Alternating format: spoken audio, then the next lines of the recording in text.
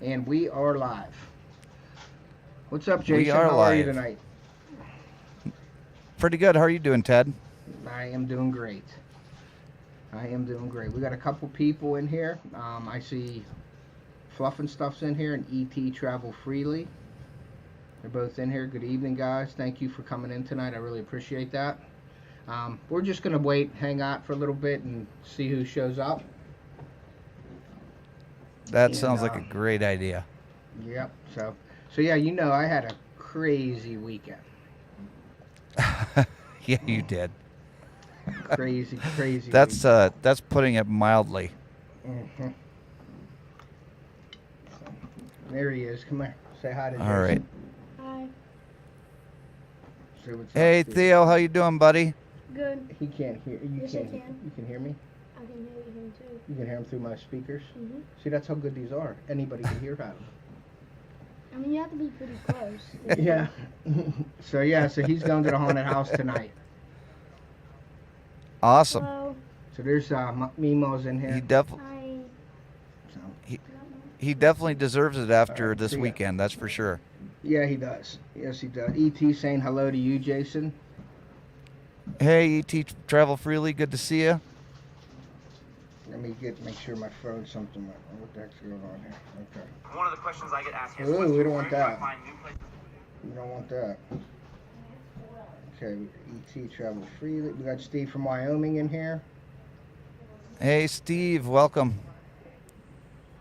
Yes, so we are good. We got Et, Steve. We got PA Trapping is in here. Thank you for coming in. PA Trapping. Hey Oh guys. yeah, if they're you- starting to come in now. Yeah, Alvin Lewis is in here. Thank you for coming in. I think everybody could hear me and see me fine. So, but I am going to ask you guys, if you haven't hit that like button, please do. It's very easy to forget. City Sticker Chris is in here. Geo Outdoors is in here. Henry Vine is in here. Chewy Goes Fishing is in here. Yep. What's up, guys? Thank you guys for coming in tonight. We've got a real special live for you tonight. I'm with my buddy, one of my besties up here, Jason, and we have been working on a couple of different things for you guys to we want to present to you, just to show you what I use and to make your filming in the field hopefully easier for you guys. I mean, it's worked great for me. We'll still give it some time before we introduce anything, Jason. But yeah, Okay. Jason went on and found. I told him exactly what I wanted, and he sent me some pictures of things, and I'm like, nah, I don't think that's gonna work. I don't think this is gonna work. And he kept firing pictures at me, and then finally I'm like, yeah, I think that's gonna work. So I ordered these items, and I field tested them for about 3 weeks, and it seems to work great. So I Now think the you thing guys will that be you're happy. Go ahead. the thing that you're failing to mention, Ted, is that when I was sending you the pictures of things that you didn't like, those were things that were already assembled. Now the setup that you have is something that the both of us work together on. And I don't know if I lost my internet or if Ted lost his. So, oh, Sorry, I forgot that the screen was a touch screen on a computer, and I swiped and everything went away. I wasn't sure if I lost my internet or not, but anyways, so basically, you asked me for something that was going to work on your scope, and I was sending you pictures of stuff that was already assembled, and you were like, "No, that's not going to work. That's not going to work." And so, what we actually came up with is something that we came up with together as kind of a package deal. So Yeah. this isn't something that you're going to buy together. This is going to be something that you're going to buy separately and put together yourself. Yeah, it's custom. It's definitely a custom item, or there's a couple items that make it a custom item because Right. um, and Geo, hold on one second. Geo says he hates dragging the tripod around in the woods. Yeah, you don't have to drag. If anybody wants to film with your phone, and this is what this whole live is about, it's about filming with your phone using your crossbow. You can use your gun. I even put it on my actual bow. So I have two different crossbows here, and I have my bow. And basically anything with a scope, you can put this on. But there's a few things that I want to mention once I start explaining everything, then you'll get to understand exactly what I'm talking about. Right. So these items, guys, they will be linked. You can buy them right on Amazon. They'll probably be delivered within 2 or 3 days to your house, so they're easy to get. They're all in stock. I checked. The price is not a bank breaker at all. And they will be linked in my description of this live, and also Jason will have them linked in his description, or he'll put them in his description of his videos, because he's a big part of what we're doing here. So I wanted him to make sure that he puts it in his description. So if you would like to buy these, feel free to buy them off of my links or Jason's links also. So please do so. And for those of you that are unaware, because I know that there's a lot of you that aren't on my live streams, if you go and you purchase anything from my affiliate links for Amazon right now, all the way up to the end of October, any of the proceeds that I make coming from the sales on the Amazon affiliates links, every penny is going to be going to Gary from Jailbait and Tackle Outdoors. And we've already on my channel, we've already contributed $610 to Gary down there in Florida, and that's just thank you to all of the people that come in and watch my my live streams and were able to contribute. And right now we're well over $100 to give to Gary again at the end of the month. So if you're gonna buy stuff on Amazon anyway, go ahead and go over to my affiliate links. It's Jason or jjdrones360.com/Amazon-1, and just buy something through one of those links, and the money will be going to help Gary down there in Florida. Yeah, that's an awesome thing that you're doing for him down there, and I'm glad you mentioned that here tonight, because I wanted to mention that in my last live, but I didn't, and I felt really, really bad about it, because I said I was going to do something about it, and I didn't mention it. So what I did was I put up a post on my community tab to get it out there. So, hey, SoFlo, what's up, buddy? Thank you for coming in. So yeah, but Gary's in a bad way down there. I mean, it's definitely a humbling situation. Like, if you go over to his channel and just watch the progress and what happened, it's pretty sad. There's some people out there that are just, I mean, I could say heartless, that really don't care, and he definitely got the short end of that stick, definitely. Hey, Rebecca, how are you? We got about 14 people in here right now, Jason, so I guess I'm going to start with the items that I have. And we'll do that. Let me put my phone, because I'm watching the phone too. So the first item that you're gonna want to pick up from Amazon is it's the Camvate super clamp. Okay, so this is the clamp right here, guys. You can see that you can see that pretty good, Jason. Yep, I could see that real well. Okay, so this is a clamp. It's not plastic, and that was one of the things. One of my pet peeves was a lot of the brackets out there that you get are plastic, and they have metal and plastic together. So I've had some issues with my clamps in the past, and when it's cold weather, is when you're cranking it to tighten it down, that the plastic cracks and breaks. I've cracked 3 or 4 different clamps that way already. So that's when I reached out to Jason. I said, listen, I need something, and I gave him the details, and he started sending stuff over. And then this looked really good to me. And this is the Camvate super clamp. You're looking at, it's $15 on Amazon for this clamp right here.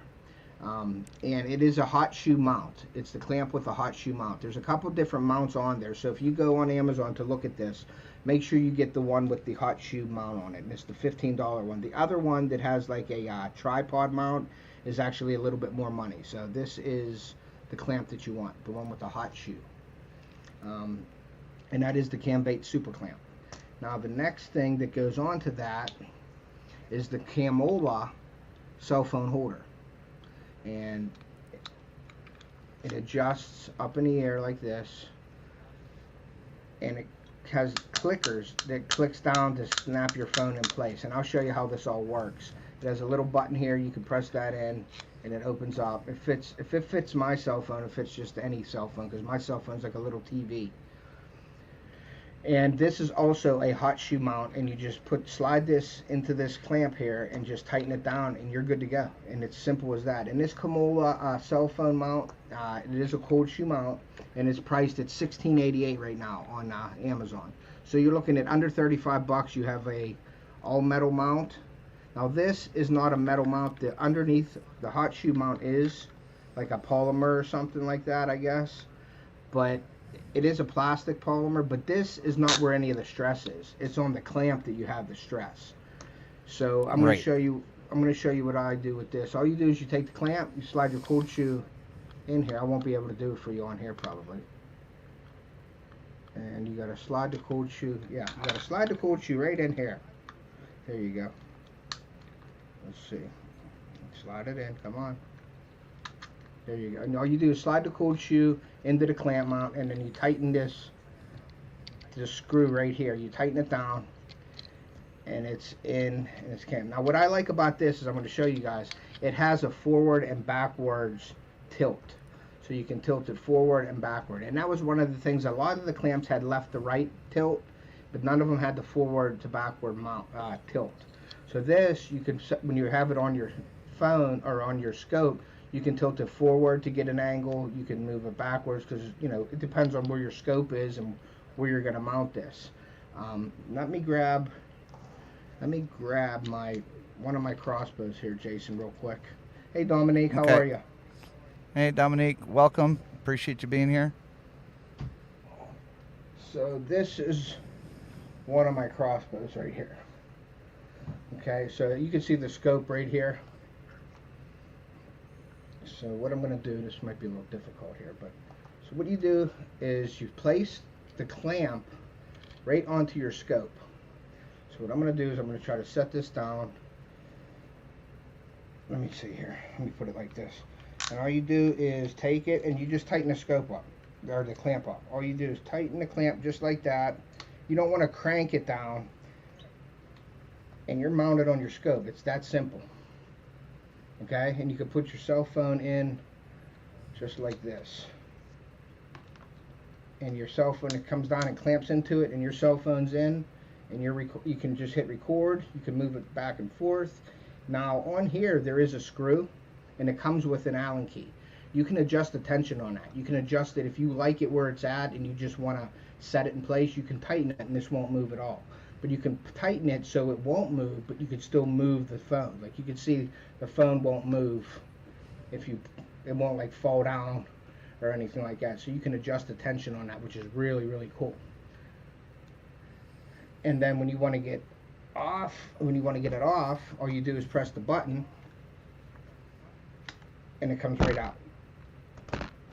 Now I do want to stress, what do you think, Jason? You think that works? Oh yeah. Yeah.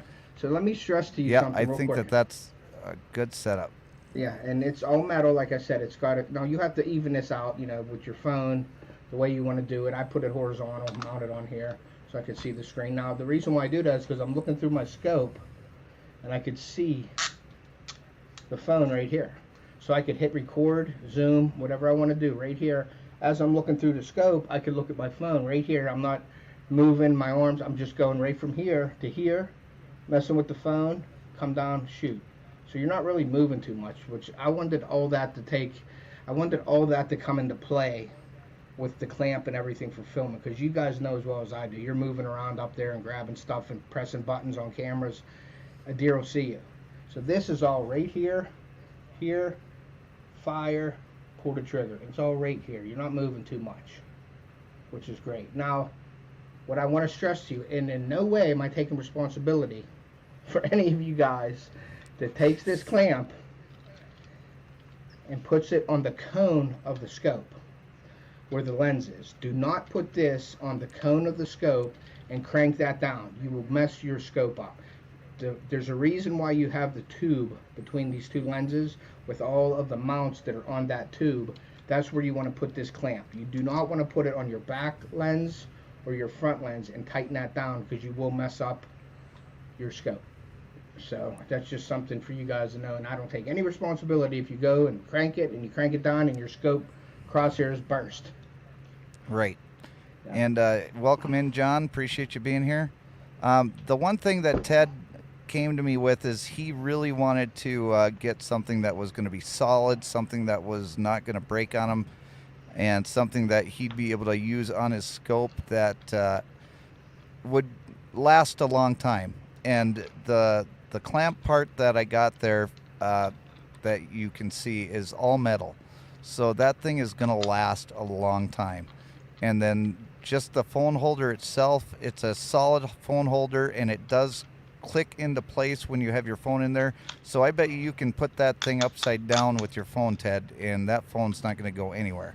No, it doesn't. And you have these little rubber feet in here. They're angled back, so it locks in your phone when you clamp that down. They're angled, so it puts pressure on the phone and the clamp.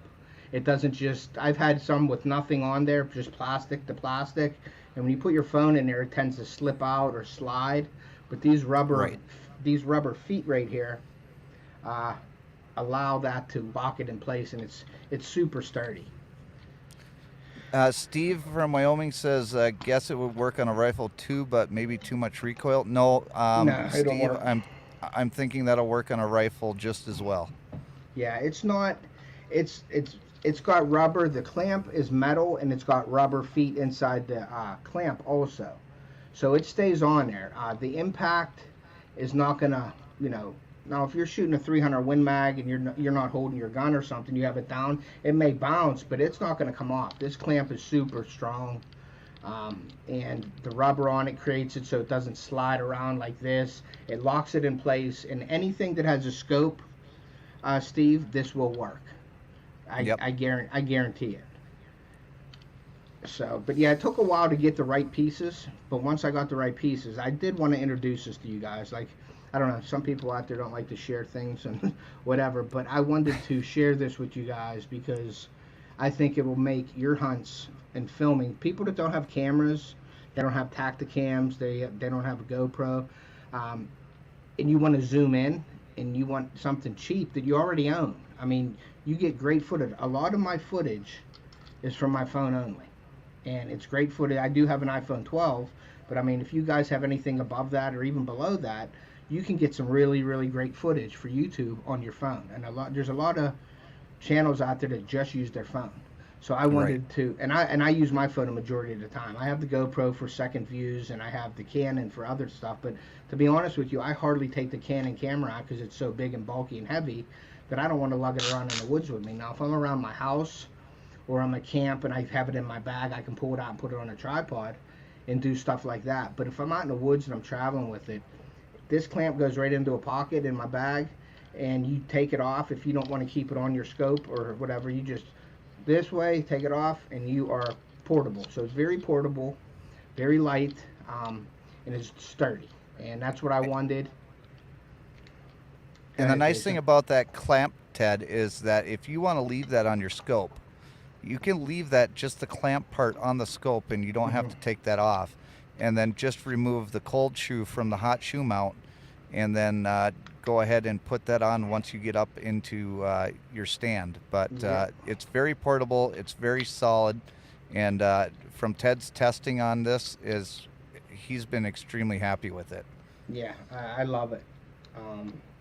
Yeah, I mean, now there is another thing that I wanted to mention. You see this metal piece? So it does slide up and down. Okay, so when you're tightening it, if it's up here, you want to slide it down, slide it down on the scope or on your clamp so it's down, so it isn't up here, and if you shoot or something, or it's moving around. Now what I'm going to do is just put pieces of black tape on it so it stays in one position. Just put a piece of tape so it can't slide through like this. You can see it'll slide up and down. So I'll put a piece of black electrical tape on either side or one side, and it'll keep it in place so that when you crank it, it just stays like that, and it won't move on you like this.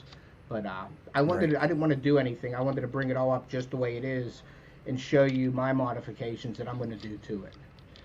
So, but the hot shoe mount is the way to go with this, and I'm glad Jason found this, and when I saw it, I'm like, yeah, I think that's going to work, and it has worked great for me this year so far. It hasn't gotten me a buck yet, but when I get my shot at the buck, it's going to be real good for video. And so it's been tough out there hunting this year. So. Well, that I mean, just the fact that we were able to get those two pieces and figure it out. I mean, it was a shot in the dark, but you know, this is just something that just kind of came out of the blue, and I spent about half an hour to an hour doing some research on certain things, and I'm just glad that it's really worked out well for you. Yeah, and then I'm gonna bring out, and Ryan will appreciate this, I'm gonna break out my 10-point crossbow right here. So this is the 10-point. Okay. Okay, and it has a scope on it. And this thing right here, I'm going to hold it because this bow's a little bit smaller than the other one. Just put it on the tube of your crossbow, not the cone. You can mount it like that. Give it a twist. It's in place. I slide that down, and it's mounted. And that's everything right there, guys. It's mounted, it moves, it ain't coming off. It's real sturdy. And boom, everything's right here. That's awesome. Put it right here, scope, everything's right there. Now, if you want to mount it back on your scope this way, closer to you, you can do that as long as you have the room. But once again, I stress, guys, do not put it on the cone of your scope because you will crack your lens and you can mess up your crosshairs and your aiming reticle in that if you do that. Because it's not made for pressure around the lens area. Okay, and that's that. Now, don't fall on the ground. I will be mad. Okay, that's that one. Let's see. Hold on, guys. Now, my bow. So, see the stabilizer? Everybody puts cameras, they take the stabilizer off, they put it on their camera, on that. You don't have a stabilizer, well, all your problems are fixed. You have it, it's high enough over your shooting, so you could shoot over it. It isn't like you're gonna shoot and smash your phone. So that is a mount that you can have right here. You can put it on, you can put record, boom, boom, get your bow, shoot your arrow, and you're good to go. But you just gotta make sure. Even if you wanted to, Ted, you could turn that around so it was upside down if you had to. You could turn it like this, sideways. You can put it on sideways like that, so you can have it vertical if you'd like that way. You can switch this around and turn it and spin it. Let me see here. There is a way to do that. Just turn this like that. And you could have a sideways mount way out on the side of you. Yep. It's a little crooked there. But you got, there's your mount right there on the side. You can do that. Open it up, put your phone in here, either way. Close it down, or you can spin it and go back. You could loosen this, slide it around, tighten it down. So you got a ton of ways to mount this. You can mount it on your riser if you want to. On the bottom of your riser here, anywhere this will clamp, you can mount it, and it's versatile. So that's why I like this. And you can get this on my link, on my Amazon links, or you can just go buy it if you don't want to use. Hey, Local Life, Sunfish King's in here. What's up, guys? Hey, King. You don't have to buy it from me or Jason. If you want to go out and just look at them, it's the Kimola cell phone mount, cold shoe, and it's the Camvate super clamp. You know, if you want to buy it without using my link, that's fine. I appreciate if you do use my link or Jason's link on it. But yeah, it's very versatile, and it makes filming with your cell phone a lot easier, and you do get some great footage from your cell phone, as you will see in the video that I am releasing on Wednesday, because I got some good news. And I don't want to be a spoiler with the video, but I'm being a spoiler with the video. But I ain't going to tell you what happens. But I'm a mentor to my son, Theo, and it's his first year hunting this year. And I took him out this weekend, and that's what I was talking about, that I had a really crazy weekend. I'm not going to tell you what happened, but I'm going to tell you you're going to want to watch the video on Wednesday. I'll be putting it out. I'm going to edit it tonight and tomorrow. And this is probably my favorite video I have out. Besides my daughter shooting a doe, this is one of my favorite videos. And my lips are sealed. Yep, and there's a few people in here that know already about it, but I don't want to spoil any details or anything like that. But you are not gonna believe what happens in this video, and you are gonna definitely want to tune in on Wednesday. I think it's 7:30. It's gonna air, so definitely go out there, check it out, make a comment, and let me know what you think of the video. But it's definitely a barn burner. My sister said I'll keep quiet. Yes, Sunfish King, I called you to let you get you in on the secret there, but yeah, definitely. So my mom's saying, yeah, Hey, keeping everybody. it real, and Amber. Hey, Amber, that's my sister, and Chris is in here. Everybody in the chat, I think, knows already. Well, the video is going to be amazing. Yeah, it is going to be really, really cool. What was really special about this video, and what was really special about my daughter shooting her doe, was we were in my dad's stand in his box blind that I made for my dad years ago, and I planted the food plot out in front of him this year, and we didn't think we were going to get it in, but I went down and made time and got it in, and it was me, my son, and my dad. So it's definitely a plural fathers and sons hunt. And Right. 3 generations in the same blind, and we got to see some deer, and it was a great time. And it was definitely a I don't even know. It was it was a miracle weekend for me. So so you're gonna And want to tune in. I have to give credit to Ted, because bringing kids into the outdoors is something that we don't have enough people doing, and to get them to go out there and to want to hunt and fish and do all of these things, if we don't teach these younger generations on how to do this, when we're long gone and passed away, we're not going to have the younger generations doing what we did when we were growing up as kids. So the fact that he's going out there, putting in the work for his son and his daughter, even nieces and nephews, getting them into fishing.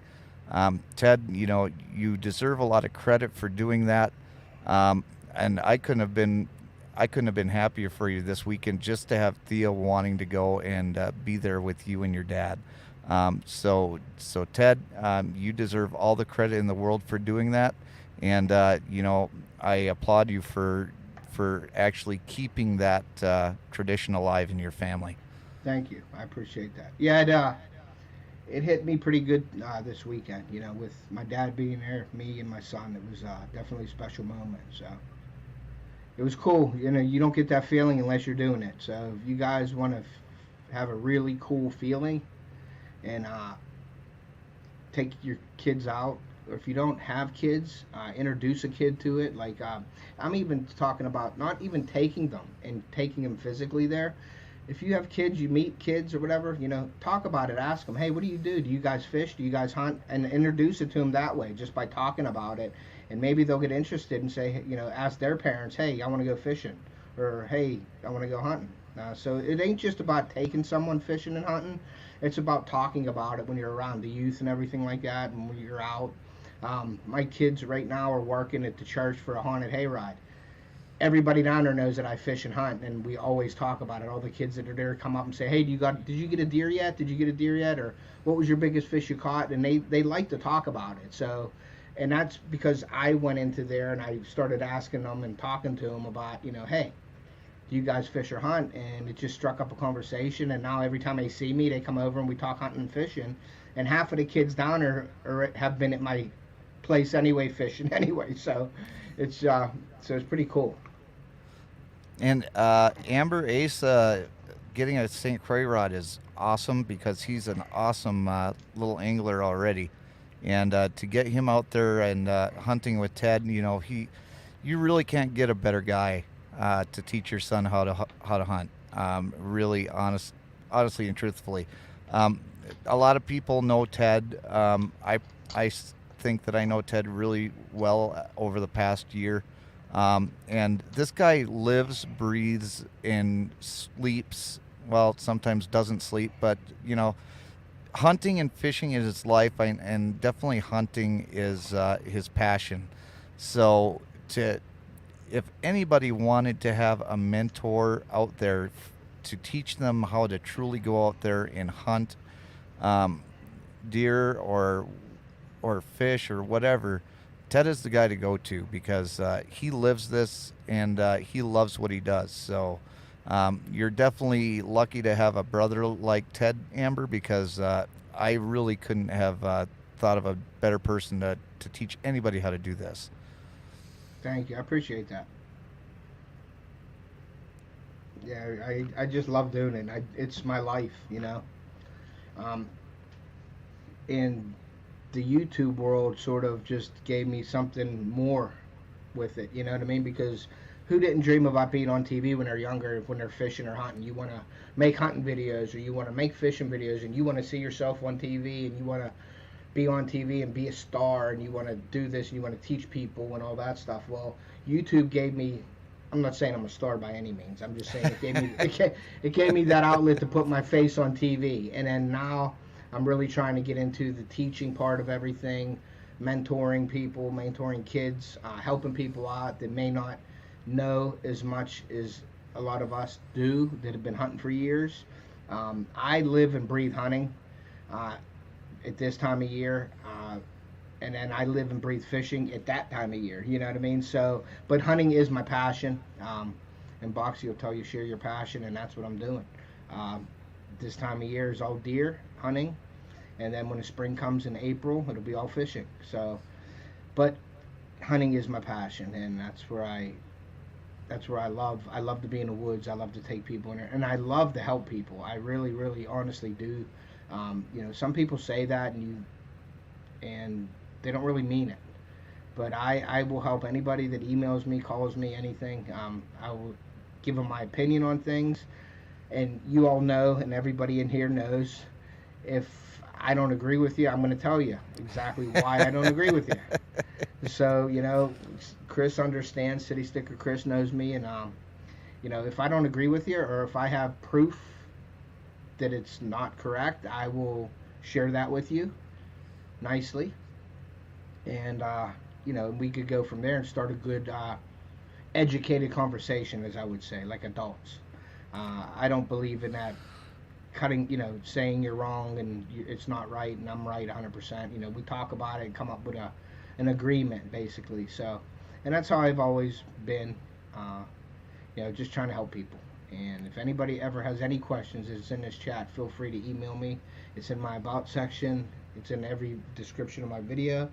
And I'm sure I'm not speaking for Jason, but I'm speaking for Jason, that he would help anybody in this chat, anybody in the YouTube community on the technical side. That's one thing that I will admit that I'm not that good at, is the technical side. All this stuff right here that you see and all these improvements have been because of that guy right there, Jason. I almost went that way with it. I almost went that way, but I went that way. So, but it's all been because of Jason. He's seen something last year or two ago, in me and my channel, maybe, and started reaching out to me and giving me tips on the technical side. So I took, hey Haley, how are you? And I took his advice, and I wanted to make my channel more enjoyable for you guys to watch, and he's helped me do that. I think so. I think it's got a lot better on the technical side than what I had. Hey, baby girl, thank you for coming to the live stream. And Haley's got a lot, has put a lot of work into helping you out too. So, we yes. definitely can't leave her out of the conversation because she's been great. She's been a rock star to help us out with a lot of different things that we've worked on. So thank you so much. Thank you, Haley. I appreciate you too. I'm glad you stopped in tonight. If anybody hasn't hit that like button, please do so. I want to get to 50 likes tonight, please. Share us out. SoFlo said, just a reminder, and I saved this on the side. I have because it. Hold on, I have it right here. Let me grab that, because that struck my attention too. Let me just find it. Is this the one you were talking about? Yep, that's the one I'm talking about. Go ahead. He says, just remember, a true conservationist is a man that knows that the world is not given by his fathers, but borrowed from his children. And that is very, very profound. Yeah, that's a cool statement. So true. Yep. So, but yeah, if anybody has any questions in here right now about this, what's this say, Haley? You certainly could have. If anybody has any questions on this thing, it says because of Teddy, because of me, my son eats, sleeps, and breathes fishing. But that's good. There's a lot of other worse things he could be doing, Amber. And that's, I mean, growing up with me, I mean, I've been in situations with friends and everything that's not good situations, but as you get older, like they say, if I knew then what I know now, things would be a lot different. Right. And that's what, I mean, I'm just trying to better my life and use fishing and hunting to do so. That's basically my whole kit caboodle right there, is having a better life, sharing the passion with people, like Boxy would say, and teaching people, and hopefully that helps them in their life. And Haley was out stacking the wood for the winter, so nice. She ended up getting sunburnt pretty good today. Ooh, yeah, that's not good. Covering sunburn from the wood pile stocked properly for the winter now. That's cool though, she even did that. Yeah. So yes, cool. I do appreciate her doing that. Hey Nicole, how are you? So yeah, if there's any questions in the chat, please do. I won't watch this program if I didn't like it. Thanks, dear Corner. I appreciate that. Yeah, and if you do want to get help with your technical side of things, because I mean Ted has come a long way from his early live streams where he's sitting on a couch, in the living room, kind of, I just still do talking that every on once in a while. I gotta stay true to my roots, Jason. Hey, you do, but I mean, these live streams, the way that you've got it all set up now with the microphone and your background and everything else, I mean, man, it's come a long way, and the camera is just perfect.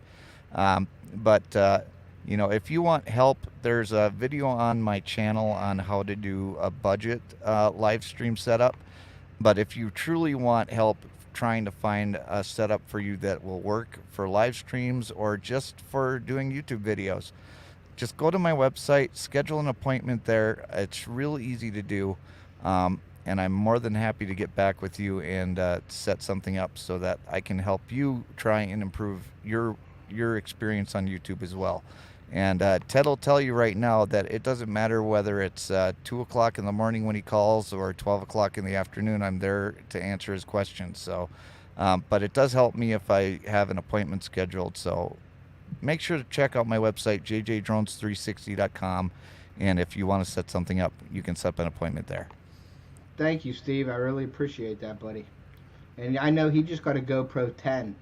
Oh, and, awesome. Yeah, so Steve, if you definitely have any questions about that, I know you were saying you were going to call me.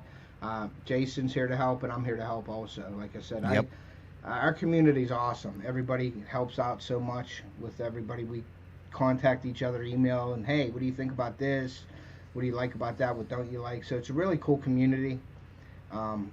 There was one time Jason didn't answer, and I think he was talking to Haley when he didn't answer. So, Haley, there is a certain time you can't call Jason, and I think that is between 11:30 and midnight. Just so you know. Eastern time. Yes, Eastern. So, yes. If you need to talk to him, you do it before or after, please. I'm gonna hear something back from that one. I know I am, but yeah. Thanks, PA Trapping. I appreciate you, buddy.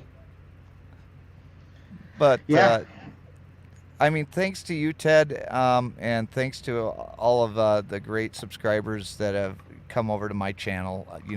I hit 50,000 views on my channel today, so Awesome. It's just thanks to everybody that's in the community, and I do thank everybody for actually coming and supporting my channel as well as Ted's.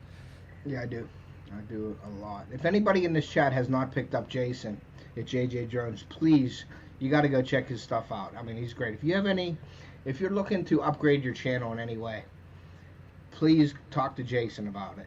He will look at your channel and review it and see what's good. He won't tell you it's bad. He's not that kind of person. He's just going to suggest things to you and not hurt your feelings, but help you. And he's done that to me so much in my channel, and I've seen him help other people in their channels. And he won't sell you something from his website to make money. He's selling you and trying to save you money on buying certain things, because I could have bought, I think my wife just returned a mount that I bought on Amazon. It was a piece of crap, and I bought it, and I could probably have half a room full of mounts this year by buying different things. And he'll tell you, hey, this is for the money, this is a great product. If it's expensive, he'll let you know, hey, it's a little expensive, but it's worth the money, and he'll tell you the reasons why. So definitely, if you have any technical questions and want to upgrade your channel, if you want to upgrade your channel, I'm not saying everybody has to upgrade their channel or even wants to or needs to. It's up to you guys, I didn't see what Steve said. He said, not like Ted, laugh out loud. Oh, come on. I thought that would have been funny. Let's see. Oh, he said, let's see here. Just ordered. Probably need to talk at some point. And Steve, you have my phone number. You can call me. That's not a problem, especially if you need setup with your GoPros. Okay.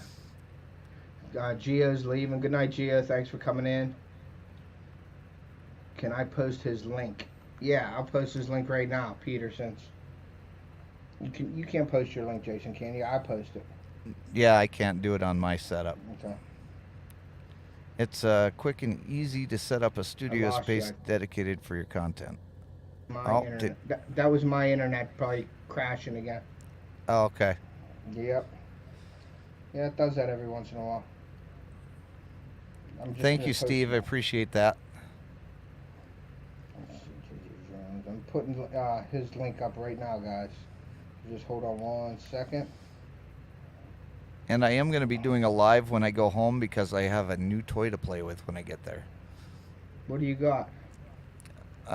Something similar to the new toy that you're going to be getting. Yeah. Cool. Yeah, you're just going to have to teach me how to use the new toy. Yep. But that's something that you'll find out if you come to my live stream when I get back home.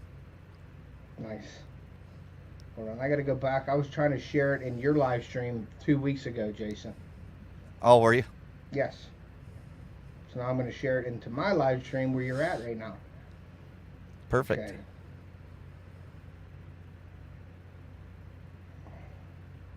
Let's see, guys. There is Jason Drones. There's his link right there. Should be coming up in a second. And if you have any questions, any questions about drones and the rules concerning drones, or even just getting what kind of drone that you want, you don't always have to go expensive, but you don't always need to go cheap either. And then knowing all the rules and regulations that come with drones, there's a whole slew of information out there that people aren't aware of. So if you have questions about drones and what you're able to do with them legally, definitely hit me up, because there's a whole lot of information out there that not everybody knows about. It's that easy, guys. Put it in. I just got to be a little. Just put it in a hot shoe. Boom, there it is. Bends forward, backwards, so you can get the angle you want. It don't bend left to right, but it does go forward and backward, and that's what you need. A lot of the brackets out there were left and right, and you don't, because your phone doesn't have like the stabilization, like the GoPro has the leveler on it. Your phone doesn't have that. So if you video off level, and even if you mount this wrong, if you don't mount this fairly straight up and down, you mount it to the side, you're going to video to the side. So you want to just make sure that that's pretty straight on your scope. And do not put it on your cone of your scope. Anything you're mounting, if you're mounting it to your bow, your stabilizer, or whatever, you can put it wherever, because it's metal on metal or whatever. But the scope, you do not want to put this and clamp this down around the cone of your scope where your lens is, because you will definitely, there's a seal in there, and if you break that seal, your crosshairs can go haywire. It'll get moisture in it. There's all kinds of different things that'll happen. So you want to put this over the tube of your scope on your weapon of choice, gun, crossbow. You want to put it on your. That's why I brought the bow up so you could see that it's good on the bow also. But anything with a scope, gun, it'll work. So, and it's a real solid. Didn't even. SoFlo Outdoors asked, didn't the DFD blacklist DJI? And I'm not even sure what the DFD is, but DJI will never be completely blacklisted from the U.S. DJI is I'm sorry, the DoD. So they may have blacklisted it as far as using it in the government. Hey, Ottercat. But they're never going to completely blacklist DJI from the consumer market because DJI is the predominant producer of drones all around the world. And they make the best drones that you can get out there. They also make, obviously, the best wireless microphone, according to myself and Ted and everyone else that's ever tried it. So it's never going to be completely removed from the market. If they did that, it would there'd be a lot of angry people. But the other thing that you have to realize is that there's no new rules with remote ID coming out. They actually went into place on September 16th. And as soon as they're able to get remote ID transponders onto drones, that's going to be something that you're going to have to look at. And any drone that's manufactured after September 16th is going to have to be compatible with remote ID. So there's a lot of information out there. But as far as DJI being blacklisted, they may be in governmental agencies, but they're not going to be taken out of the U.S. completely. It's just not going to happen. And I'd be willing to bet any money on that. Cool. Also, while we're talking about drones, do you want to let everybody know again in the chat, and just so we can keep putting it out there for people, about licensing with your YouTube channel and using a drone? Could you please just go through that again, Jason, and let the people know that what you should do if you're flying a drone for your channel, please? Yeah, that's fine. So if you're going to fly your drones and you're going to use your drone footage on your YouTube channel, on Facebook, on Instagram, it doesn't matter where you're going to be using it. Anything that is, and this is the words of the Federal Aviation Administration, in furtherance of a business, and I'm using the air quotes, because basically if you use your footage onto any social media, including YouTube, especially if you're monetized, okay, you need to be a licensed Part 107 pilot, because if you're not, you are definitely going to have issues with the FAA if you get reported. Now, is the FAA going to go check every single video that has drones out there? No. What they do is they go based on complaints. So if somebody actually goes and reports your channel and you don't have a license, you can be fined up to $10,000 per occurrence. There was just somebody recently that was fined by the FAA over $750,000, and it was only because they were not licensed to fly. So just be really, really careful with rolling the dice on that, because not only one, you have to have your drone registered with the FAA if it's over 250 grams, but you have to have your Part 107 license, and that you have to go in and you have to take a skills test. And if you pass that skills test with 80% or more, you'll get a license that's good for 2 years. Now, one of the benefits of actually having that license is you can actually fly at night. There's circumstances you can fly over vehicles, and there's even circumstances that you could fly over people under the right conditions. So that is just all something that you learn getting your Part 107 license, and if you want to learn how to do that, you can get a hold of me as well. Awesome. Thanks for that, Jason. I just like to keep that out there because I don't want to see anybody in the community get slapped with a $10,000 fine. Steve, if it's under 250 grams now, anything under 250 grams, you don't need to license it unless you're using it as a licensed pilot. If you're using it as a licensed pilot, every drone that you fly has to be licensed as long as you're using it for that purpose. But if you're just using it recreationally, if it's 250 grams or less, it doesn't have to be licensed. There's another question up there for you, Jason. Is it legal to fly a Is it illegal to fly a drone on PA game lands? That would have to be something that you would have to look up in your local areas. But national parks and the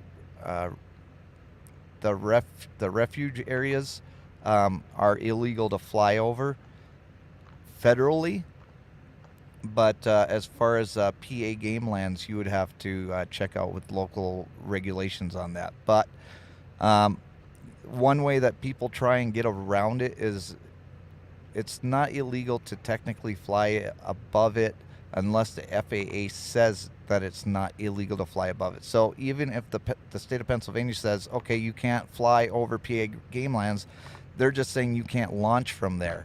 So someone will go across the street and they'll launch the drone from there and then fly over wherever they want to fly and then go back and say, well, I didn't fly, from your game lands.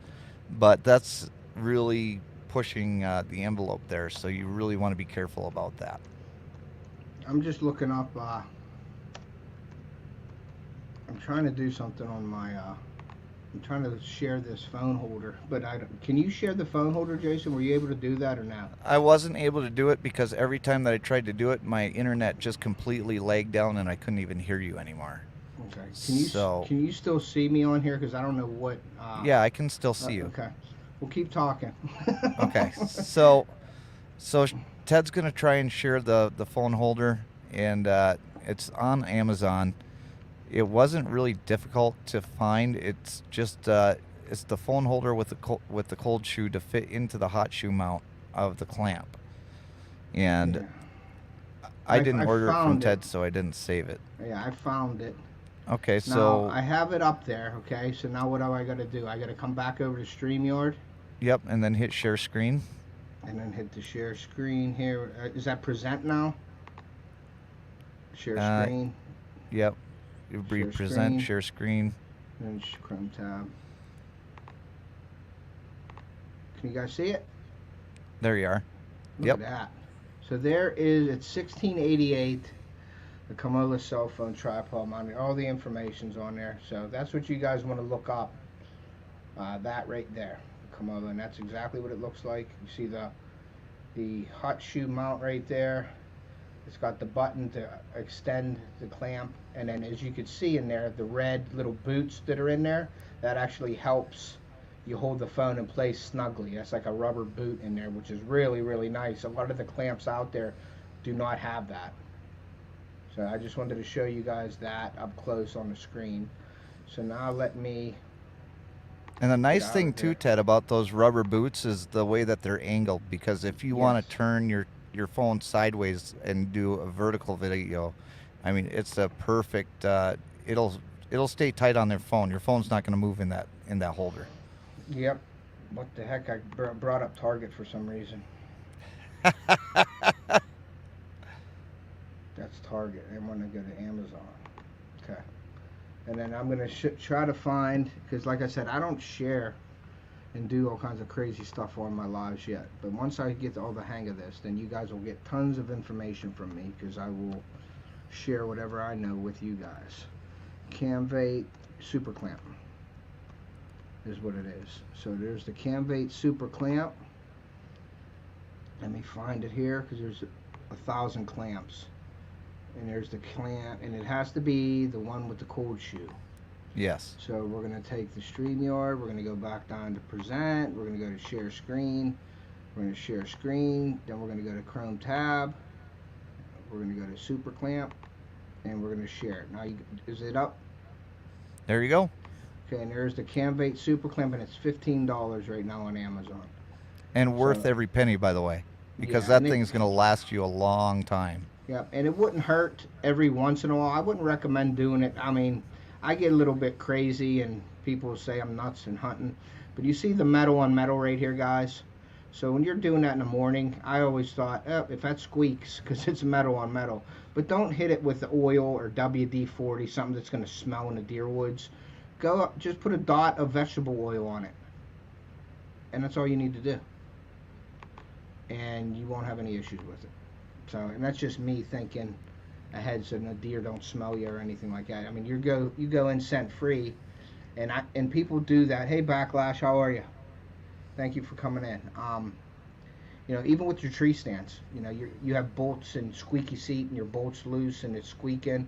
Don't go up there with WD or oil and spray. Just take a little bit of like a camera canister full, like put a couple drops of olive oil in it or vegetable oil. When you go up there, put it on your finger, put it on the bolt, move it around a little bit, and you're good to go. Otter Cat says that might be a good walnut cracker too. Yes, definitely. Definitely would be. The Backlash is in here. So what's up, Backlash? Thank you for coming. How's it going, Backlash? Good to see you. For all those that have not hit the like button, please do so. I don't even know how many likes we're at or anything like that. So I don't either. Let me look.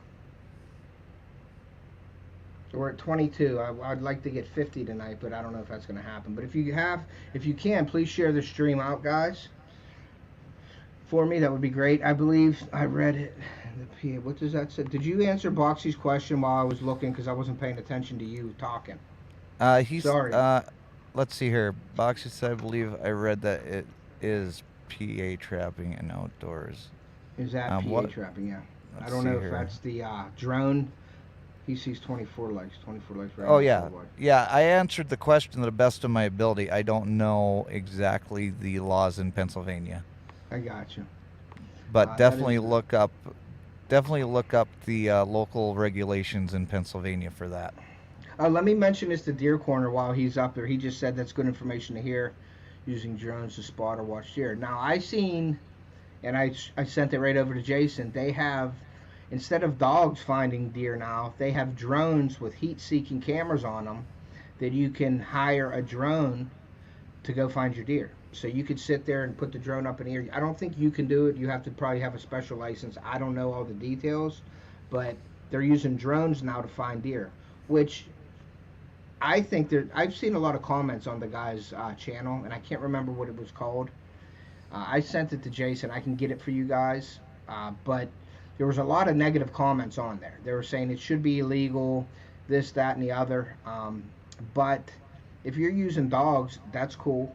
If you could find your deer, but in certain situations where like the animal you're hunting, you're in the mountains, you're in canyons or something where you can't get down there, or it's really tough to get to, the drones would be a great tool, I think. I mean, to recover a deer, and after this weekend, you will understand. But it's our duty as a hunter and our responsibility. I mean, if you're shooting an animal and you shoot them, I know a lot of people out there, and I've seen it before. I've witnessed it on first day of rifle down at my camp. We would watch people on the other side of the road. They would pull a big trailer up there. There would be 10 people in the trailer, and deer would come across the field, and they would open up fire, and the deer would run down and across the street. Now, if those deer didn't drop in the field, those guys didn't get out to go get them.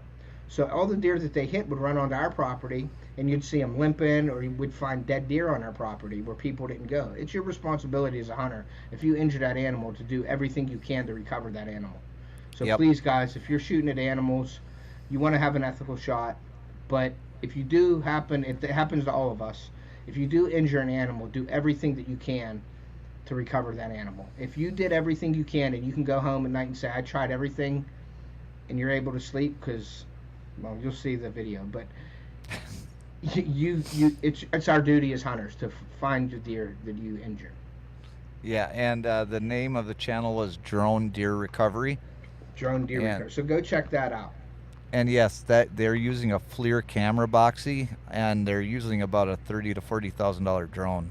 Yeah, to I'll find buy that one stuff. of them. Yeah, I'll buy one for my channel next year, and then I will start charging people to find their deer. But for that price, it would probably take me 5 years to get my money back for the drone if I was steadily working finding deer. Right. Yeah. But that's crazy. But what is the reason why it was so expensive? If you could explain to the people. Well, because that's not a consumer drone. That's going to be a commercial drone. They use drones like that for inspecting, like telephone, or for the bridges and the electrical lines that run. And it's a huge drone. It's got a camera that is built for really finding expensive things. Well, let me ask you, didn't you inspect an electrical line last year? I did. It worked really well too. It was hot, Yeah, wasn't it? It was hot. it was hot. $350 later, I finally got it back. But no, these drones are super advanced, and they can do a Thanks, lot of Henry. things Bye. that the consumer drones cannot do. All right, he'll be listening to the rest tomorrow morning. Yep, and I'll be out hunting tomorrow morning too. So I'll be back And, up in the tree tomorrow. and me and Ryan, we have to take off because I've hit my hour mark, and we have to get back to work. So Yes, um, yes, sir. I do appreciate you bringing me on. Anybody that hasn't checked it out yet, go check out my website. Go check out my YouTube videos. And if you feel like it's worth your time, give something a like, or give me a hook set. I'm gonna But put your. I just put your thing in the chat again, Jason. appreciate I that. just put your link in the chat again. I heard that the dog trackers cannot. Yes, it is by donation only, Boxy. If you call a dog tracker, they cannot charge you in PA. I don't know if that's everywhere or just PA, but they can't charge you a price to find the deer. But you should give them a nice donation.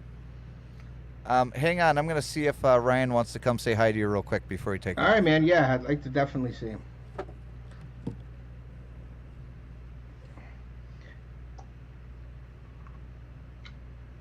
Yeah, guys. So yeah, I'll be out tomorrow, back in the tree hunting.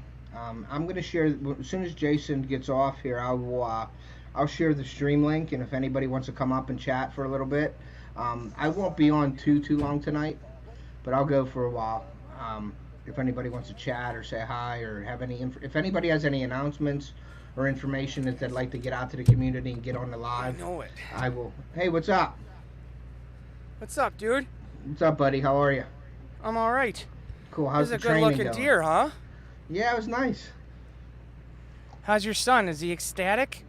He's pretty happy. Good. Yeah, he's pretty happy. So, but yeah, the video's coming out Wednesday, so people gonna have to go look at that because it's a great video. Oh yeah. So how's your training going? How's Jason It's- as a trainer? Let's put him on the spot. I have worked at a lot of places. I was a typical millennial trying to find my way through this world and never being able to the llama. Never being able to commit to anything, and well, it was more of like trying to search for my path at the same time. Mm-hmm. I didn't quit every 5 seconds. I just had a lot of jobs. So I've worked with a lot of different people. Mm-hmm. And so far, Breakbush, I've never worked for a better group of people. Yeah. In the video that Jason did for nominating Miss Norleen, our safety manager, Yeah. she's absolutely right. They treat us like family. Yeah. I met Jason a while back. Obviously, I was a mechanic at Breakbush, and Mhm. we developed a relationship then. So him and I have gotten along very well. Yeah. So he's an amazing person. He'll give the shirt off his back. He'll do whatever Mhm. he can to help you. Yep. And this long story ties into his training because it's the same thing. I've had people try training me before, and their training skills are absolutely horrid. Mm-hmm. They don't know how to talk. They didn't know how to talk to people. They treated people like crap. They made mistakes, and they don't realize that the more you treat people like crap, the more mistakes they're going to continue to make. Jason Yeah. has not shown me that in any way, shape, or form, because of course I've made mistakes. And he has helped me through everything. He helped Yeah. me through climbing Harley's Pass last night in the snow. I was scared to death Mm-hmm. and I ecstatic was at on the the same phone. time. I was Yes. on the phone with you guys last night, and he's like, "Yeah, we got to go." I was like, "Yeah, you probably should go." The snow He was said coming down pretty hard. He said you did great, though. He said you did great. He told me this morning. yeah. He said you did great, so that's a good thing. Oh no, it was great. It was awesome. He was right there, metaphorically holding my hand the whole time, which there's nothing wrong with that. Some, you need it when you're going through something new that you haven't gone through. Yeah. And I have a very, we have a very expensive piece of equipment, not just what we're loaded with, but I don't want anything to happen to that. I don't want to die. I want him to be able to go home to his wife. I want to be able to go home and see my daughter and see her shoot her first year. Yeah, yeah, I hear you. So, but no, he's phenomenal. Cool. Pairing, I get that from him too. Like, he's just one of a kind. No, he talks about all of you all the time.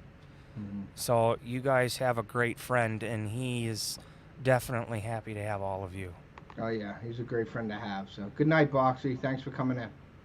Yeah, Jason's a one of a kind guy, and he'll, like you said, you hit the nail on the head. He'll give the shirt off his back for you, and you can see what he's doing for Gary and his community. Like, oh yeah, he got hundreds of dollars to send to Gary right now, and he needs it. So yeah, he's definitely a special guy, and I'm glad to call him my friend. Oh no, he's at the end of the day, he is my trainer, and at the same time, business is business. This is a company. Technically, this truck is maybe owned by the company, but it's his business at the same time. But he is a friend of mine. He is my friend, but he's there. He helps me. So far, I've gotten everything.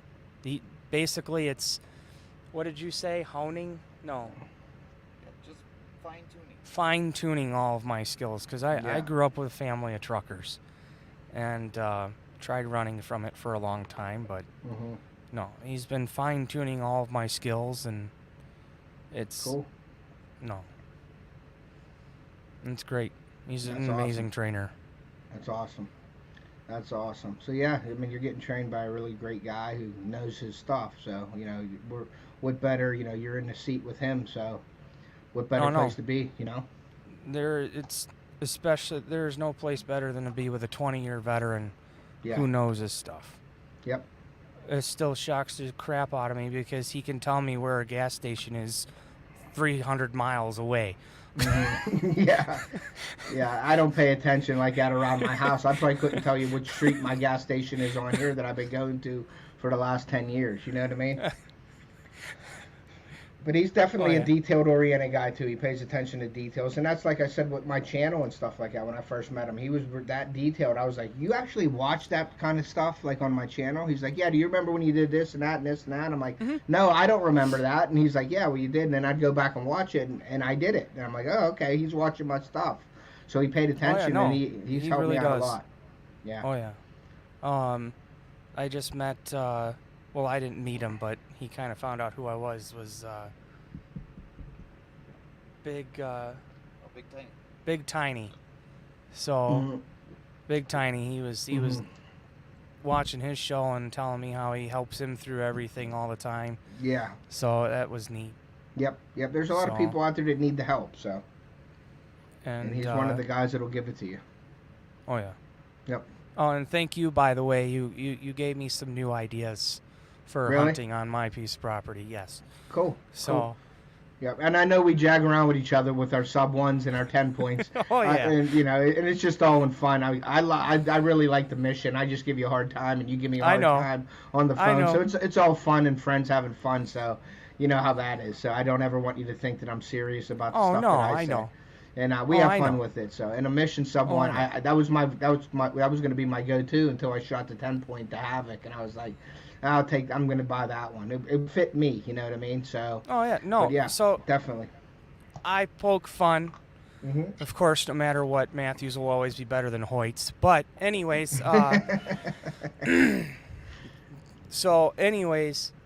always poked fun. But working at a pro shop at a Matthews dealer who strictly archery out of Shorewood.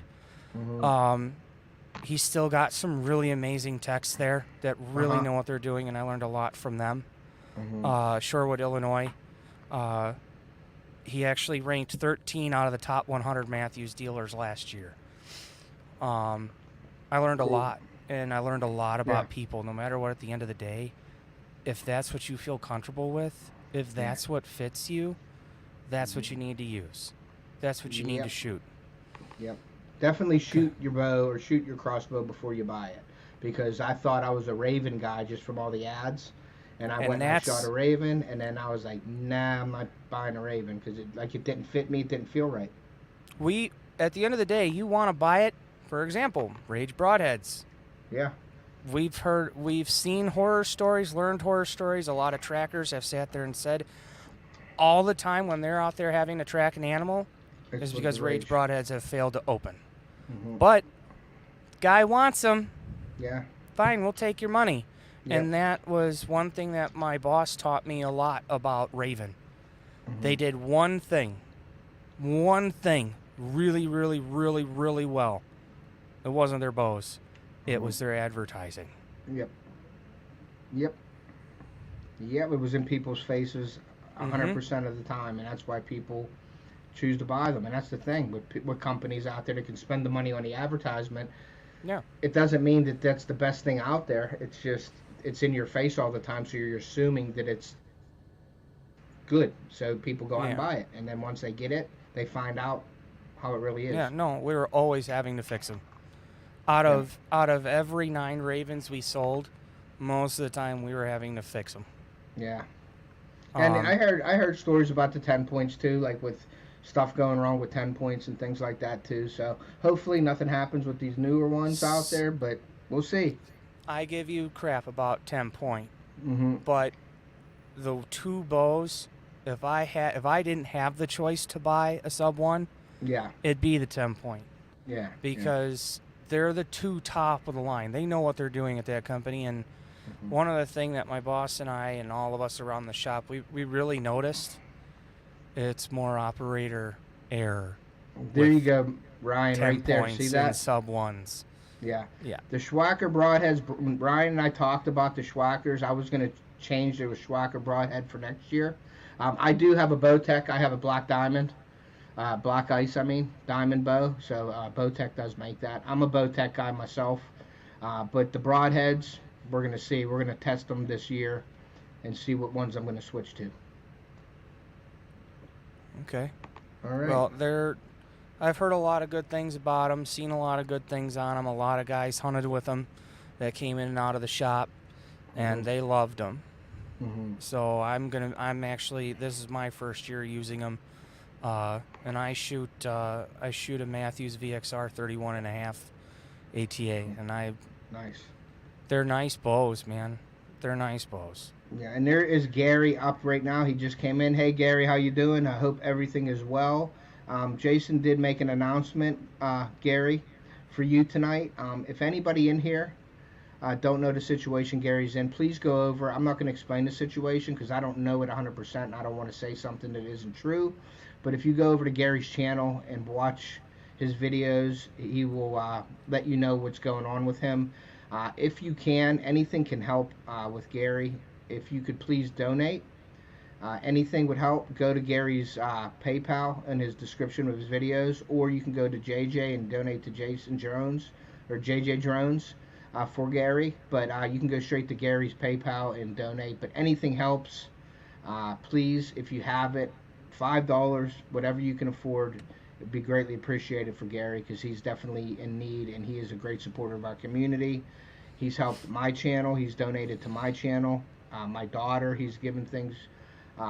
He's a great guy and he helps our community. So please, if you guys could give back, please send Gary. But before you do that, go look at his videos and you'll understand why. Ted, 18. If I remember correctly, the only person that calls JJ Drones JJ Jones is Ned. Yeah, I know. And he's not here today. Yeah, well, he is in theory, but yeah, I got you. In spirit, I guess. In spirit, and yes. Well, do you? Yeah, I'll close out. All right, he's gonna close out. I want my 800 miles today. All right, buddy. All right, I'll see you. It was nice talking to you. Take care. Absolutely. Yep, we'll talk to you. All right, bye. Bye. So Jason, what's up, John? John, I'm sorry if I missed you, buddy, to say hi. I appreciate you. Okay, so I'm Get I'm glad that you Gary's got to in here, talk to him. Jason. Oh, Yes, I'm. awesome. Gary's in here. Good to see you, Gary. Thank you so much for coming in, and I'm sorry that I have to leave, but um, It's okay. really, it's great that he got to talk with you, Ted, because I think that you two would get along great. I will send you his phone number too, by Yeah. the way, because Cool. you guys You really we'll need go to get at in it. touch with each other. Oh yeah, Yeah, you we'll will. go at it. Yes. But And definitely, Sandy, I thought you were talking to me. Sorry, Jay. I know you got to go, but I thought Sandy, Yeah. you were talking to me, but it says folks. Okay, never mind. well, Ted's the star of the show. We're going. Thank you so much, Ted, for bringing me on. Thank you for so much for involving your me. help. Thank you for involving me in helping you create this bracket, because I know that it's really something that you wanted. And thank you, everybody, for putting up with me on Ted's Live today. I really do appreciate it. Thanks, Jason. I appreciate you sending me all the pictures of all the products that I told you no that won't work. And I thank you for sticking with me for so long and keep sending me things. Always. So laugh out loud. You're good. Yeah, but I appreciate it, Jason. I really do. You got to get back to work. Ryan said he wants his 800 miles. I guess that's your quota or something for today. So. That's what he wants. Yeah. So we're gonna go get it. All right, buddy. Well, thank you. And if anybody would like to buy this bracket, it's going to be linked in Jason's videos, and it'll be in my Amazon affiliate links also in the description of this video and future videos coming up. And if you have any questions about any technical questions, see JJ, get a hold of him. You can get a hold of me. I can give you his information if you don't have it, but you can go to his About page and get his email and everything. If anybody has any questions for me, feel free to ask me anything you guys would like. So thank you, Jason. I really appreciate you. Have a great night and stay safe. You too. See you later, guys. All right. All right, guys. Well, that was Jason from JJ Drones. Great guy, great friend. You're not a lady or a cat, are you? So I really, really appreciate you guys coming in. If you haven't already, please hit that like button. And I did just show you, anybody that missed it, is this bracket is for filming with your iPhone or Android. Anything, any phone will fit in here. So please go check this out in the description of the videos. I think it's for under 35 bucks. You have a great solid mount for your scope, your bow, your crossbow, your gun. It does have a tilt feature and everything like that. So please, that was one of the purposes of the live tonight, is to show you guys what I've been working on in the field. Hey Fluff, thank you for coming in. I appreciate you guys. If you guys want to share it out, please do. I am going to share the link right now, guys. If anybody would like to come up on panel, please feel free to do so. And let's see here. I'll post it right in the. Let me post it in the chat here. That's the live stream. There you go. It should be in there. There we go. Okay, so it's in there. If anybody would like to stop in, say hi, or if anybody has any announcements that they'd like to say about their channel. Did I come in at the finish line? Sandy, you came in towards the end of the bracket demonstration and everything for videoing, but I'm going to hang out for a while. I've only been going live for about an hour and 18 minutes. But let me ask you something, Sandy. Did you get the alert, or did you just get the alert to come in? I'm not saying you had to drop everything if you got the alert, but did you get the alert for my live at 7, or did you just get the alert now? I try to figure all this stuff out to see if my alerts are going out to everybody. So if you didn't get the alert, let me know, because something's screwy. How sturdy is that? How sturdy is that one? M8. Alright, yes, I've got a similar, but it's cheaper. Yeah, it's really sturdy. It's an all metal design, Fluff. That bracket. This is all bracket, and then this is a polymer. But what's cool about it is it's a hot shoe mount.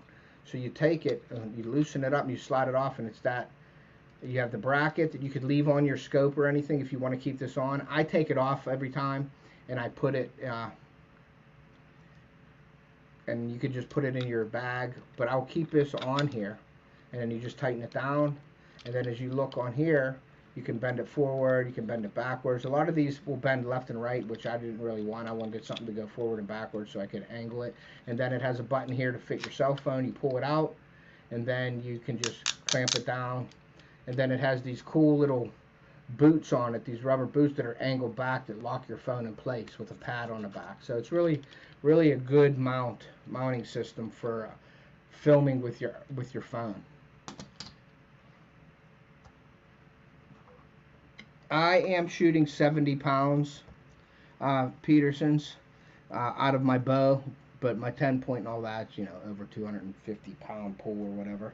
And I do have a center point crossbow also.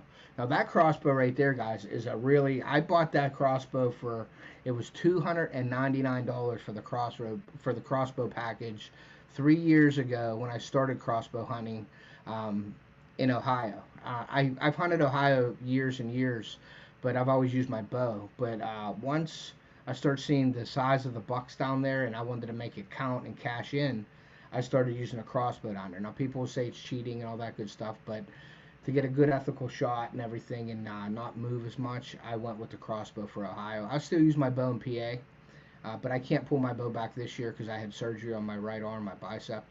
I tore it off, so I am using a 10 point Havoc this year. But I'm taking my daughters and sons, that's both of their crossbows right now. But I'm probably going to buy another center point for my son, or I'll get the new one for my daughter and give my son this one because he likes it. So, what did Steve say? Haha, Ottercat. I know he's talking. The Cook Kangaroo lady. That's funny. What draw weight is every question? So yeah, whatever draw weight people are shooting at while she rides in the pouch. So, but yeah, this weekend was definitely a great weekend. It was like a miracle weekend for me. I took Theo for the first time on a mentor hunt youth, and I was with my father down my camp. We hunted out of his blind. I built him a box blind, a wooden box blind. It's up about 10 feet in the air, and it's overlooking a food plot that I planted a couple weeks ago, and the food plot's coming in really nice, and there was a lot of deer activity around the food plot, and there were scrapes and there's rubs and everything, so I wanted to take my son down there because it's concealed in the blind. When you're taking a kid out, you know how they can be fidgety and things like that, so I took him out, and you're not going to want to miss the video. It's coming out Wednesday. Actually, after this live tonight, I'm going to go start on editing the video, and then I am going to put it out Wednesday. I think it's 7:30 this Wednesday. Yeah, 55 pounds. That's a great weight still, Steve. I mean, as long as you can handle it, that's what if you feel comfortable pulling it back, I don't think, it's all in shot placement with the deer. I really believe that. I'm excited for him to get out there and have him try hunting. Yeah, he loved it. And like I said, I had a great weekend this weekend with him. I couldn't ask for a better situation. There's a few things in there that could have been better, but you're gonna have to wait and see for the video for that. I don't want to really spoil it, but please, guys, go over, make a comment. He really likes looking at the comments, especially if he's in the video. So definitely go over to the video. I'm going to premiere it Wednesday at 7:30, I believe. So keep an eye out for the alert for that. I know he said 100-pound McPherson. That was a while back. Yeah, now I knew a guy that went to Africa to hunt, and I think he was hunting Cape Buffalo, and he had a 110-pound pull Matthews. But he had to specifically order the limbs for the Matthews, and his arrows were like telephone poles that he shot. But yeah, I have a recurve. I'd like to shoot a doe or something with a recurve. I think mine is a 50-pound recurve. Excuse me. So yeah, I would like to definitely get out. I have my doe license. I did get a doe license this year. Normally I don't, but there's so many doe in my area. And there is a lady that likes the deer meat, so I will, it says I'm looking forward, but there's a lady that likes the deer meat, so I'm going to get her a deer, give her a doe. Um, yeah, I'm looking forward to it. Ted, I got excited when you said he had joined you. He always been switched on. So seeing him apply it to the hunt would be great. Yeah, yeah, he loved it, and that was his first comment to me this weekend was he loves it. So yeah, grandkids. Yeah, and that's what I'm doing. I mean, I love watching the kids go out and fish and now hunt. And like I said, I don't expect them to go every time I go out. I don't push them into anything. If they want to go out with me, they're more than welcome to come out with me. I don't say, okay, we're going hunting this weekend. You can't do this, you can't do that. We got to get home and do this and do that and get ready. If they want to go, they know what they got to do and get ready. My wife will get their clothes and things ready. But other than that, I just let them know, hey, you want to go, we can go.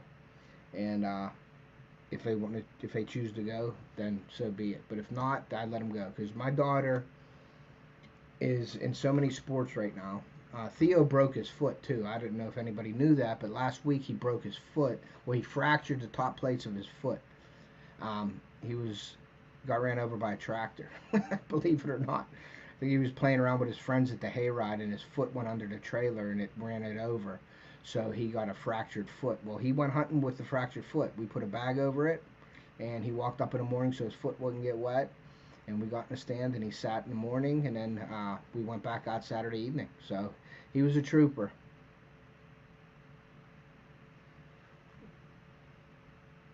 That 100 pounds was not needed. Yeah, no, it's not needed. Uh-oh, he's woke. Laugh out loud dedication. Yeah, and he was. He didn't want to. He wouldn't take no for an answer. He wanted to go, and what was really special about it was my dad was with us. So I was in a blind that I made for my dad about 10 years ago, maybe 15, and my dad always hunts out of it, and so I took my son. So it was fathers and sons hunt is what I say because my dad was there, I was there, my son. So it was 3 generations of hunting in one blind, and we got to witness some crazy stuff this weekend. So.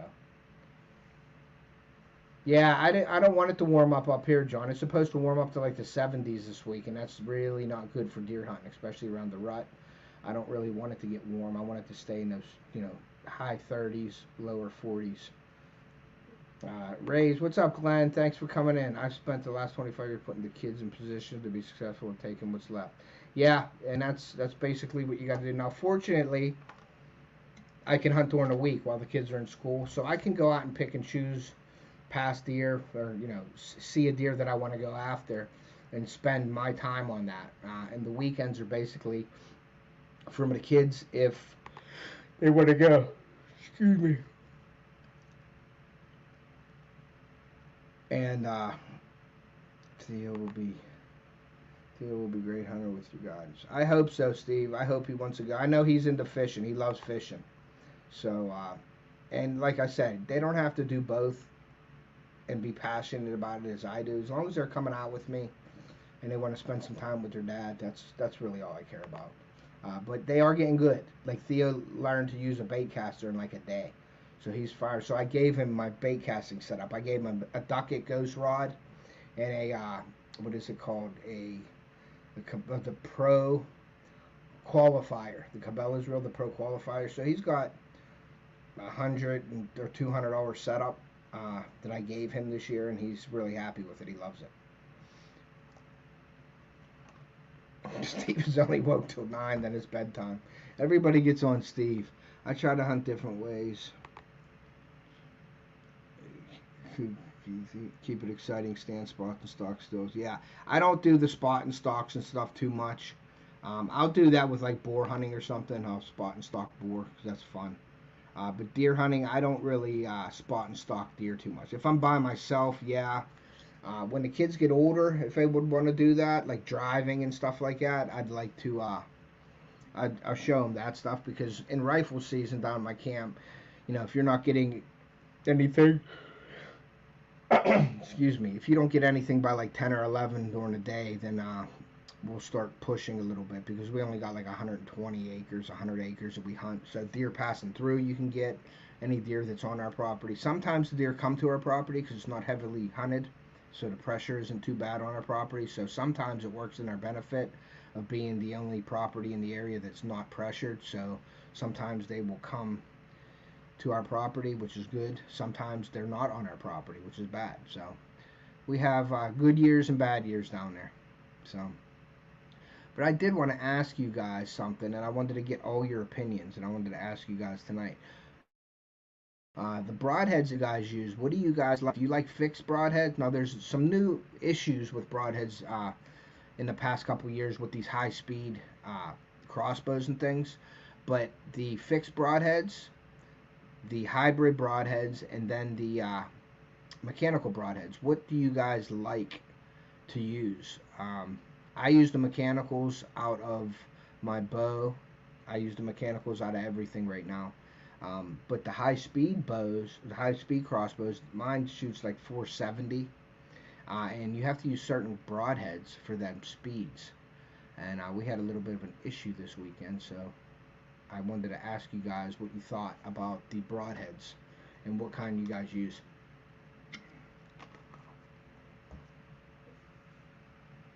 Well, I thought I had an issue. Fixed and a lot of cover. Yeah, I get you, Steve, with that.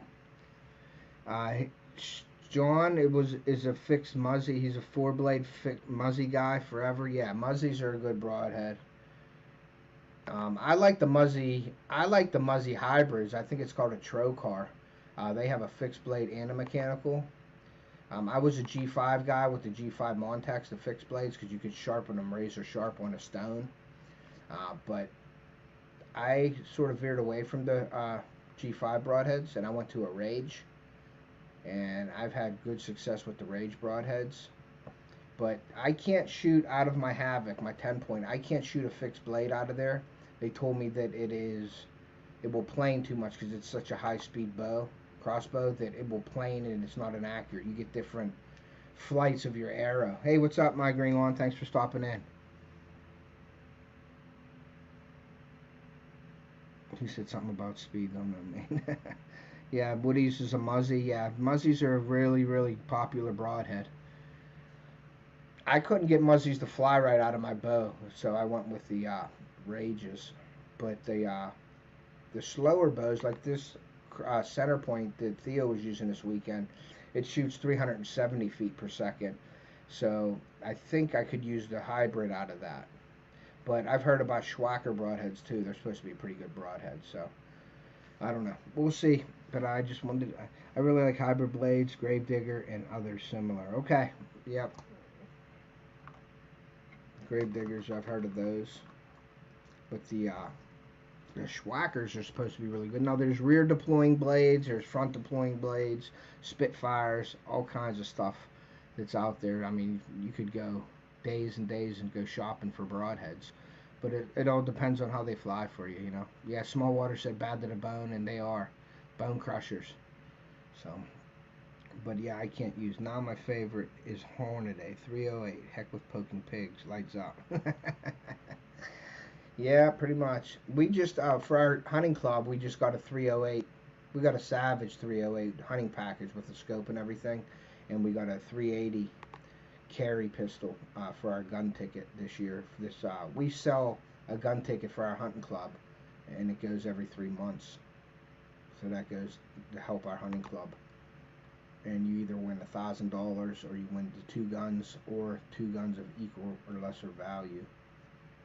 So we've been selling them. They're only $20 a ticket, and you get 10 numbers on a ticket, which is a pretty good ticket. I use Rage also, didn't have a problem with them. I just like it simple. Yeah, I haven't had a problem with them, but this weekend you'll see I thought I had a problem with them, and my buddy had the ones with the collars. I have the Tripans, the collarless ones. They're the snap cams that I shoot now, and they are rated for over 450 feet per second. So I bought them to use, and I also have the 10-point center punches. They're supposed to be the most accurate mechanical broadhead, but it's a 10-point. They recommend you shoot it out of a 10-point bow. Of course, they're the most accurate. So I got a bunch of broadheads that I want to shoot and find out. Okay, Sandy, thanks. I'll see you when you get back. But yeah, I don't know. My buddy had an issue with the collared Rages not opening. And if you go online and look, a lot of people are saying the Rages, when they don't open, you have issues. If they open, Okay, so John, you come up with the explanation. So please, if you would like to explain, that would be awesome because I take everybody's input in consideration here, especially John, so he knows what he's doing. So John, if you wouldn't mind explaining, that would be awesome. I will. I will call you later, John. Okay, no problem. Um, Expandable. Yes, with an expandable. When they don't open up, you have an issue. You just have like a field point hole. Um, but there's different expandables. There's some that have that little wing, the two wings that don't have cutting edges that are supposed to push the blades from the rear deploying, which I don't fill my archery bags, Sandy. I go out and buy Delta targets. I have a Delta full rut buck that I shoot. I also have the spider web target, which is to handle the speeds of my crossbow over 450 feet per second. So it's a special target that will handle them speeds for a crossbow, because a regular crossbow target that blows right through them, or it sinks the arrow so far in that you match the fletchings up. So you can shoot a regular compound in it too, but the spider web targets, you guys haven't checked them out, definitely go. They're expensive, but they're worth it. You won't sink your arrows into it. And what you got to do in that is it's filled with something special. I don't know what it is, but you can't shoot at the same hole, like 3 arrows at the same hole. You got to spread it out, and it sort of fills itself back in. And when you pull the arrow out, you shoot it at like 1 arrow at each target on the block target. Yeah, I used a lighted Nox. Now right now I have them on my 10 point, and I use the what are the arrows called? I think they're center punch arrows, and they have their own Nox system. But I do use, for all the other stuff for my bow, I use nocturnals. And I like using the blue lights. But I have green on my 10 point because they don't make those in blue. But my favorite color is blue to see the arrow in flight. I like the blue laser line. It looks cool.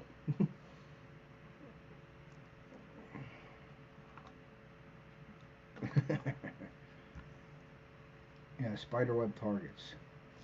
City stickers. All right, Chris. If you're out of here, we will see you. Thanks, and have a great night, buddy. Thanks for stopping in.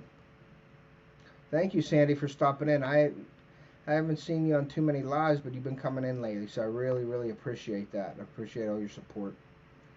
It says we had to fire Don Key Jr. today. Dude wouldn't shut up. Hey, Joy, how are you? All right, Chris, you have a great night, buddy. Thanks for all the info this weekend, too, bud. I really appreciate that.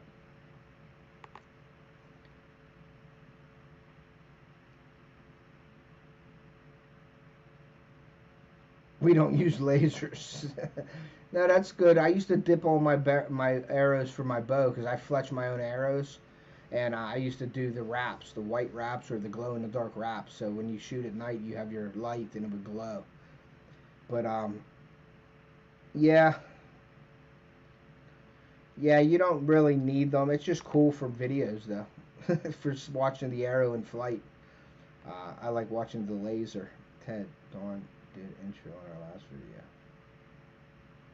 You had to fire him. Talks too much. That's funny.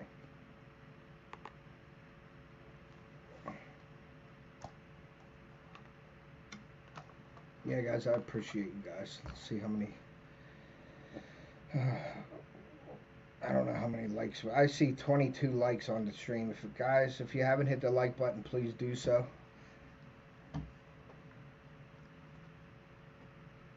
Inflate. Yeah, that's pretty cool. You have the whole arrow and the glow in the dark.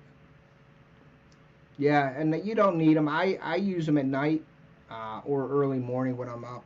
If I'm rattling and trying to call deer in, like I said, I like to have the lighted Nox in low light situations for early morning or evening hunts. But if I'm hunting all day, I'll wait till like 8 o'clock in the morning, and then I'll switch it out because they are expensive to have lighted Nox. I ordered my 10 point, the center punch crossbow bolts They're only 16 inches. They're not the 20-inch bolts. Havoc went with I have the smaller Havoc. And let me see if I can grab it without breaking something. But this is the Havoc here. And this is my crossbow right here, guys. And it is very, very small, as you can see. It's the inverted limbs. This is it's just perfect. It's like a little gun, and you can keep it really compact into your shoulder and keep it really steady for a crossbow. And this has 16-inch crossbow bolts, and they are per dozen $270 a dozen for the crossbow bolts for this.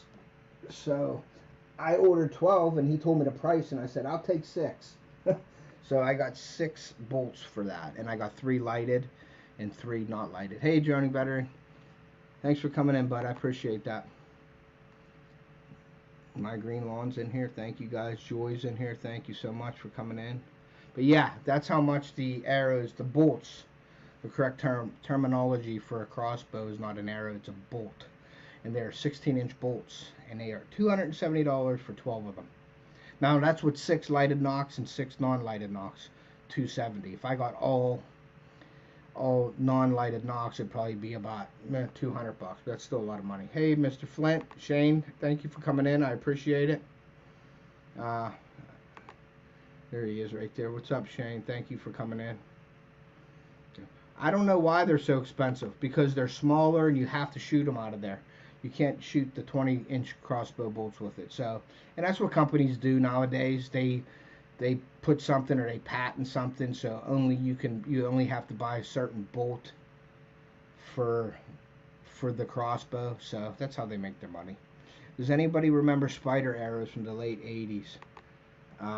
Does anybody remember spider arrows from the late 80s? Had a fine web like string inside arrow, tied to a string of a bow, would let a web all the way to deer before bows would do passers. No, I didn't. I've never seen those, John.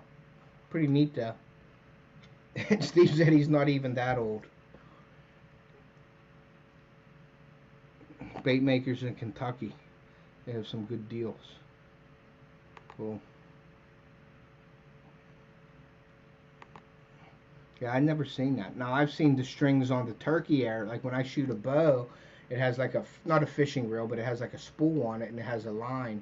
So when you shoot a turkey, you have a line connected to the arrow. Like a breadcrumb trail to your hit. Yep. Guess OtterCat is. I guess OtterCat is that old. So, but I'm gonna share the stream again, guys. I did share it before. Nobody come up, but I'm gonna share it again. If anybody wants to come up and have any info that they'd like to share with the community, or any announcements, please feel free to come up. Or if you just want to talk for a little bit, there is the link in the Annihilator broadhead should be looked at. Sorry for the late response. That's okay, SoFlo. Annihilator broadhead. I have downstairs in my cupboard, I have a set of cold steel broadheads, but they're not steel, they're polymer, but you can't use them in PA. But I've seen some videos. If anybody hasn't seen those, check out Cold Steel. They're like $7 for 10 broadheads, and they are a polymer broadhead, and they are razor sharp. And there's videos on them shooting deer with them, and boar, and bigger African animals with them, and they do a job on them. I wouldn't recommend reusing them because you can't sharpen them. But for like $7 for 10 of them, who cares? But you're not allowed to use them in PA. But I have a pack down there. I was going to send him the freezer bond to Adam, because he does some crazy stuff with arrows. He shoots toilets and stuff in his garage and blows stuff up. So I figured I'd send him a few of them and see what he can come up with those. So let me hide that real quick because I left it up too long. Also shot drugged arrows in the 80s. Had a pad behind broadhead. With the help. I think that's how it's spelled. Cool. Noel Feather shot drugged deer. He rattled in pets. No feather. Yeah, high fence areas, John. Is that what you're talking about? Where he hunted?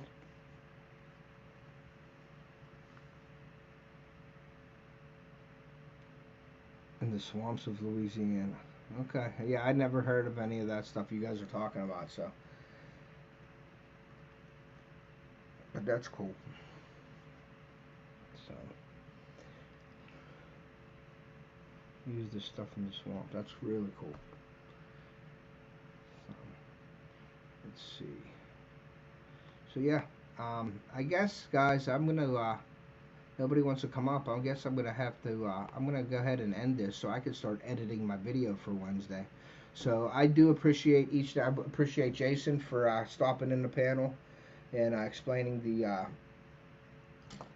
my system here that I made up. So go check that out. I think Steve just bought this off of me. So Steve, I appreciate it. Please let the community know and let me know how this works out for you. But I think that's a great setup right there, guys. I want to thank each and every one of you guys for coming in tonight. Thank you so much. Like I said, I had a great weekend with my son and my dad. So please watch the video. I'm going to premiere that on Wednesday at 7:30. That all depends on me getting it edited, which I'm going to make it a priority to edit that video. That's going to be plugged in besides my 2022 deer trail, PA deer trail. I am taking off the whole November 9th week of the rut. I'll be in Ohio that week. Congratulations, SoFlo. That's awesome. So I got kids running one of those I would have, but thanks for the chat. I'll go back, watch. All right, Sandy, thank you. I appreciate it. But yeah, Steve, definitely let me know how that works out for you. I really appreciate that. Thank you guys for coming in. Keep an eye out for my videos coming out. I got episode 5 already edited out in my PA deer trail, and then I'll be doing an Ohio deer trail also. But please, definitely check out Wednesday. Theo's going to be in the video. It's his first time hunting on a mentor hunt. You guys are going to want to check that out. Thank you so much for being in here. Please, if you haven't, hit the like button before you leave. Go back, comment, share it out, and take a kid fishing or hunting. We want to try to preserve our sport and get the kids out there. So definitely do that. And once again, thank you so much, each and every one of you. Yeah, Steve, he's going to use it on his rifles. Yeah, so let me know how that holds up, but I think you'll be fine with that. And yeah, each and every one of you, thank you. I hope you guys had a great weekend. Have a great week coming up. Be safe, and we will see you.